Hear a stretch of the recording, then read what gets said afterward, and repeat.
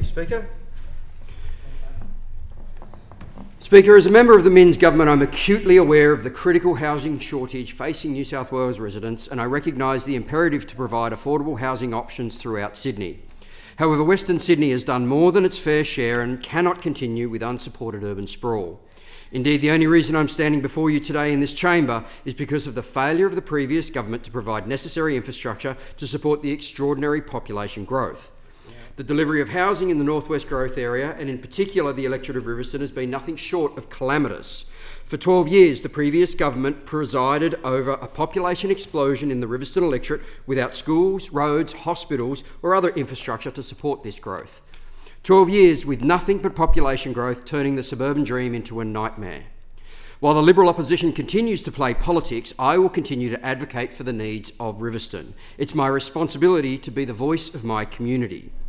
It was the Minns Labor government who delivered investment to build the Rouse Hill Hospital after years of broken promises by those opposite. It was the Minns Labor government who funded and set about building 8 new schools and upgrades to existing schools struggling under the weight of new enrolments. It was the Minns Labor government who funded Garfield Road East, Bandon Road and Richmond Road.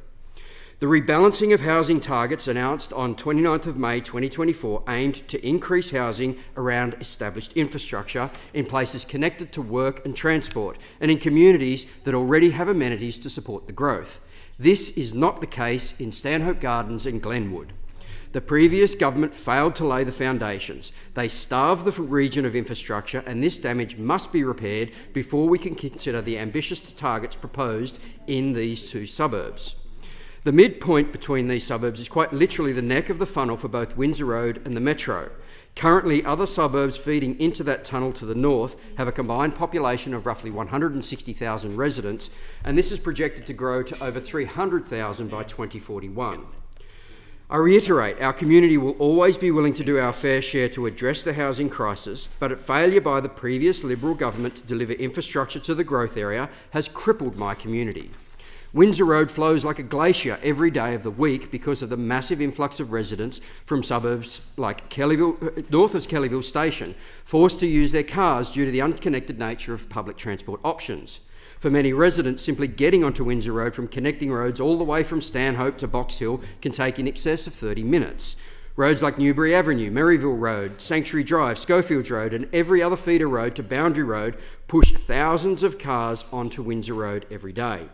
The car park for the Metro at Tullawong is now full by 7:15 a.m, largely filled by residents from Grantham Farm, Marsden Park and Box Hill and other areas of the Hawkesbury because of a lack of public transport options to get people from those areas into the Metro access.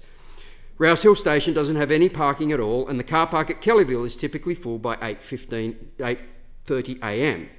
The Metro itself is typically full by the time it leaves Kellyville Station during peak hour, despite having trains every 4 minutes. The addition of new schools is welcome, however, all but 2 of the public schools in my electorate are seriously over capacity, some by more than double their intended intake numbers, from a failure to properly resource the growing number of families in the area by those opposite. We also need more green space, sporting fields, community halls, libraries, pools, childcare and social support. A failure to deliver employment zones have resulted in a lack of local employment opportunities, and this means approximately 80% of workers leave my electorate daily to reach their place of employment. The Minns Labor government in less than 18 months has started to make progress in addressing these issues, but it will take time to fix 12 years of neglect and the broken promises of the previous Liberal government. There are benefits in building housing near existing infrastructure, but existing infrastructure is the key point. Speaker, enough is enough. We've already taken our fair share. My community knows that I am a tireless advocate for their needs. For this proposal, I arranged a community forum which was attended by over 100 concerned residents. I secured an additional consultation session with the Department of Planning and an additional 12 weeks to the deadline for community feedback on the proposal. I refuse to play politics that the Liberal opposition continues to play.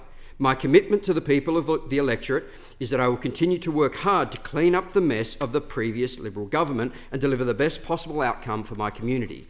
To be clear, I have met with the Premier, Deputy Premier and the Minister for Planning to convey my community's concerns that the uplift in Stanhope Gardens and Glenwood is unsustainable, at least until the damage done by those opposite has been rectified.